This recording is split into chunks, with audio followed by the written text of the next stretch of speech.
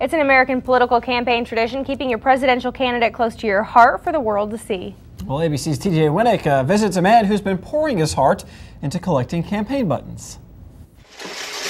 Al Feldstein has a little piece of Americana down in his basement. In fact, he has 12,000 of them, presidential campaign buttons dating all the way back to 1896. They seem to be the most graphic depiction of our country's history and basically our First Amendment freedoms of speech and assembly.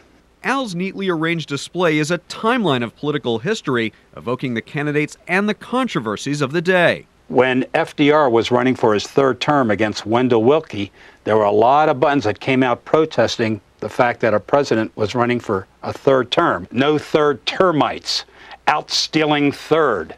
There were campaign ribbons starting in 1840 and stick pins in 1860. Modern campaign buttons debuted just before the turn of the 20th century, according to Larry Bird of the Smithsonian. Most historians that look at this, and collectors certainly who acquire these things, put that at 1896 with the arrival of celluloid, which made possible these really colorful graphics. And that's where Feldstein's collection begins, with a showdown between William McKinley and William Jennings Bryan. That's when campaign promises included a full dinner bucket. For Al, it's still the contest with the greatest buttons. The artwork and the graphics, phenomenal. Still holds up. The American flags, the portraits, beautiful pins. The biggest difference in campaign pins over the past 100 years, they used to hand these things out for free, but somewhere along the way, campaigns started charging you money to wear their pins.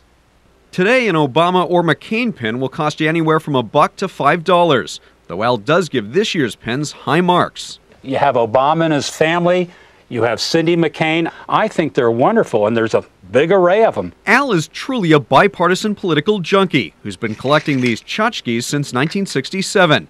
Some are pretty unusual. There are buttons from the Independent Party, the Socialist Party, and the American Nazi Party. He even has the buttons of some presidential candidates who were never candidates.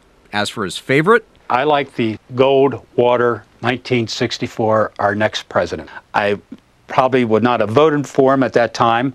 If you'd like to check out some of Al's collection, no, you don't have to make a trip to his basement. You can simply log on to the Western Maryland Historical Library. The buttons have become a big hit with political junkies around the world. They've endured because they're historical artifacts. They portray American history. I just think it's a bit of Americana that will not fade away. Someone once said everyone needs a hobby, and Al Feldstein has been happily sticking with his for over 40 years. TJ Winnick, ABC News, Washington.